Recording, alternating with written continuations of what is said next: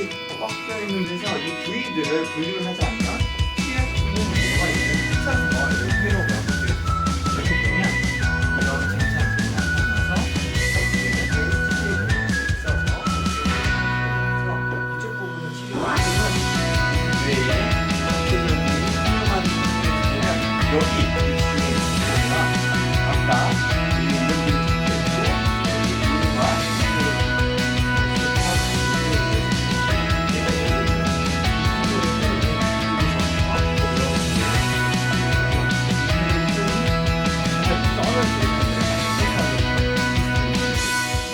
여기에 대한 치료를 위해서 딥 브레인 스티뮬레이션이라고 뇌에다 떨려서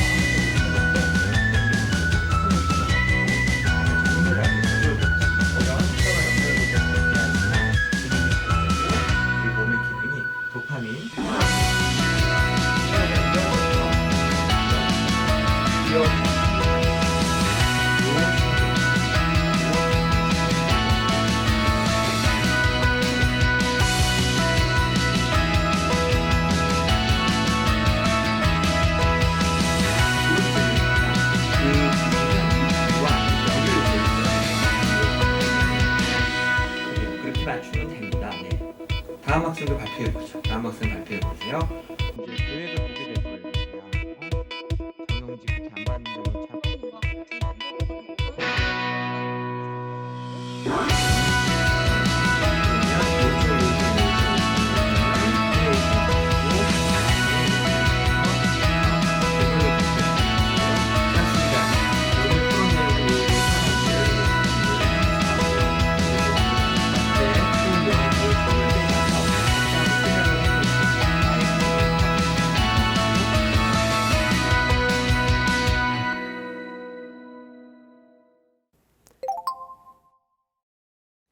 이번 학기 제가 진행한 수업들의 유형에는 세 가지 유형이 있습니다. 첫 번째로는 지식 전달 위주 수업, 두 번째로는 지식 전달 후 토론 수업, 세 번째로는 학생 발표 수업이 있습니다.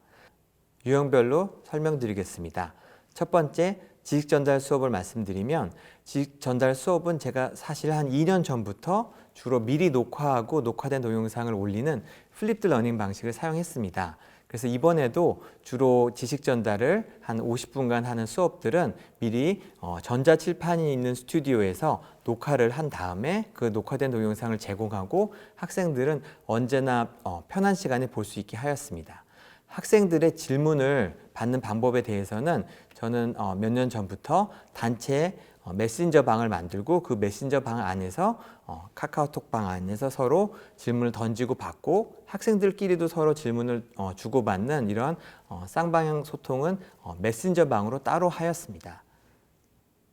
두 번째로 지식 전달 후 토론하는 방식의 수업에 있어서는 역시나 마찬가지로 지식 전달한 수업을 한 30분에서 한 50분 정도 되는 어떤 파워포인트 수업을 잘 녹화해서 미리 업로드 해두고 토론 시간, 정해진 시간 전까지 모두 다 시청하게 한 후에 토론 시간에는 줌으로 모두 다 모여가지고 그 곳 안에서 학생들이 개인별로 질문을 주로 채팅 창으로 질문을 올리게 했습니다.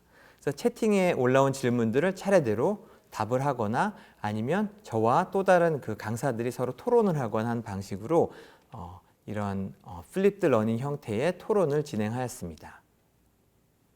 세 번째로 학생 발표 수업은 역시나 줌을 사용하였습니다. 제가 맡았던 수업이 한 140여 명 되는 수업이 있었는데 그 수업에서도 발표를 맡은 한두 명의 학생이 발표 권한을 받아서 발표를 하고 끝나면은 그 발표에 대하여 여러 학생들이 역시나 또 채팅으로 질문을 올리면 그걸 교수가 답하건 학생이 답하건 토론을 하는 방식을 만들었습니다. 특히 학생 발표 수업 중에 이제 마지막 수업에서는 140명 모두가 발표하는 수업을 한번 해봤는데요.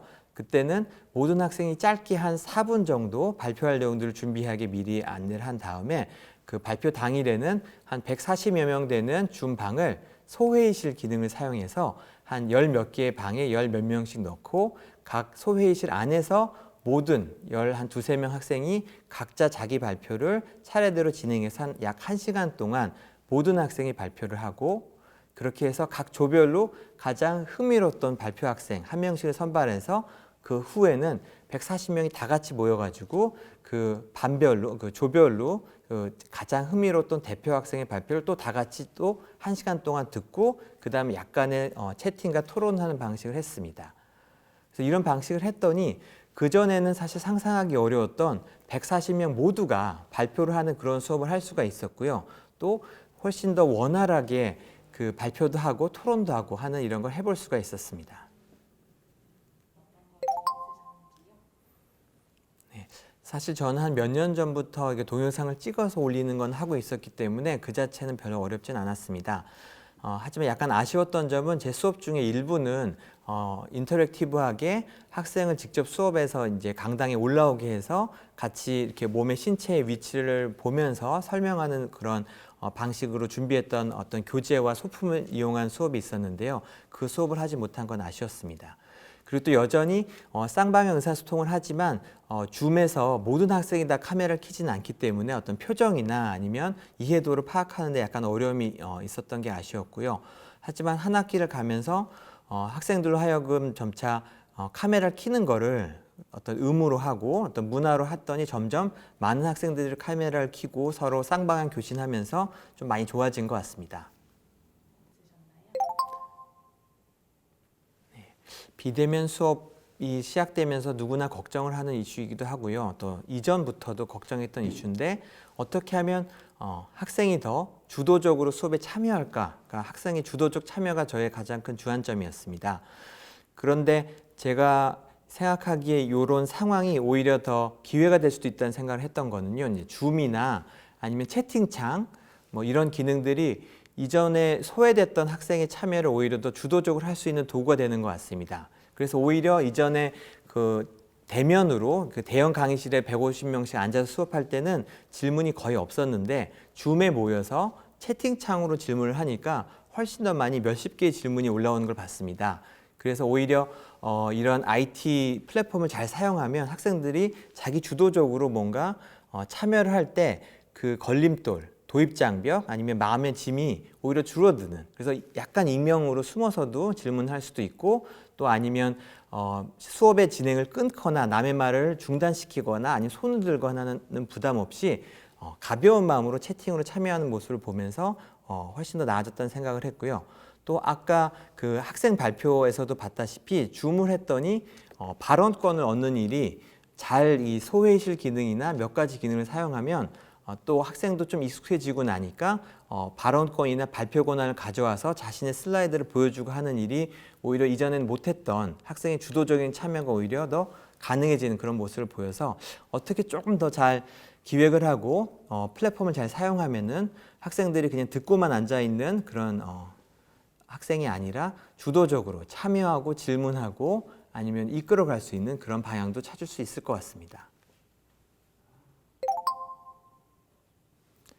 이번 학기 비대면 수업을 하면서 솔직히 저는 좀 좋았던 점도 많이 있었습니다. 사실 한 2, 3년 전부터 어떻게 하면 좀 더 쌍방향 의사소통의 수업을 할까, 학생의 참여를 유도하는 수업을 할까, 다르게 말하면 일방향 지식 전달 수업을 피할 수 있을까를 고민을 했었고, 그때 이제 나왔던 이제 플립드 러닝, 거꾸로 교실 같은 그런 방법들 약간 도입을 시도를 했었는데 좀 잘 되기도 하고 어려움도 있고, 또 주변의 다른 수업들은 다 대면으로 모여서 대형 강의를 하고 있는데 이제 혼자만 이런 다른 방식을 하는 거에 있어서 학생도 어색해하고 뭐 여러 사람들이 어색해하는 어려움이 있었습니다. 하지만 이런 코로나 상황 때문에 대대적으로 스튜디오도 좋아지고 전자칠판도 좋아지고, 다음에 이런 줌이나 아니면 비대면 이런 인프라를 사용하는 플랫폼을 사용하는 것도 훨씬 더 개선이 되고, 또 문화적으로 또 아니면 학교의 방침도 대대적으로 이걸 사용하라고 해서 오히려 저는 편안하게 이걸 더 사용할 수 있었습니다.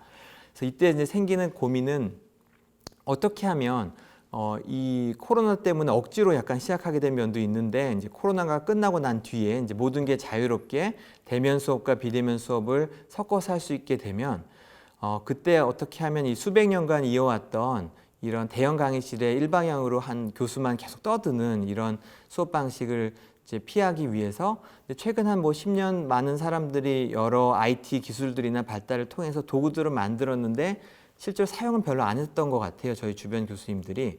하지만 요번에 2020년도에 획기적으로 이제 IT 기술이 저희 교육에 들어왔던 것이 오히려 기회가 될 것 같습니다. 그래서 제가 바라기로는 앞으로도 여러 IT 기술들, 이제 줌이나 채팅 질문이나 아니면 플립드 러닝이나 아니면 동영상을 미리 올려놓고, 그러니까 전자칠판에서 오히려 더 하이 퀄리티로 좋은 질로 압축해서 잘 만든 동영상을 자기가 보고 싶을 때 천천히 여러 번 혹은 2배속으로 반복적으로 볼 수 있는 환경을 만들기, 이런 여러 요소들, 컴포넌트들이 교육에서 잘 인테그레이션 돼서 뭐 내년이나 내후년에는 지금보다 조금 더 좋은, 더 교육적인, 더 학생들이 참여할 수 있고 지식 전달도 좀 더 잘 여러 번 반복적으로 들을 수도 있고, 그것보다 더 중요한 거는 단순히 지식을 듣고 있는 게 아니라 질문하고 참여하고 또 뭐 학생들끼리도 서로 인터랙션이 많아지는 그런 새로운 형태의 교육들, 이제 거꾸로 교실보다 더 나아간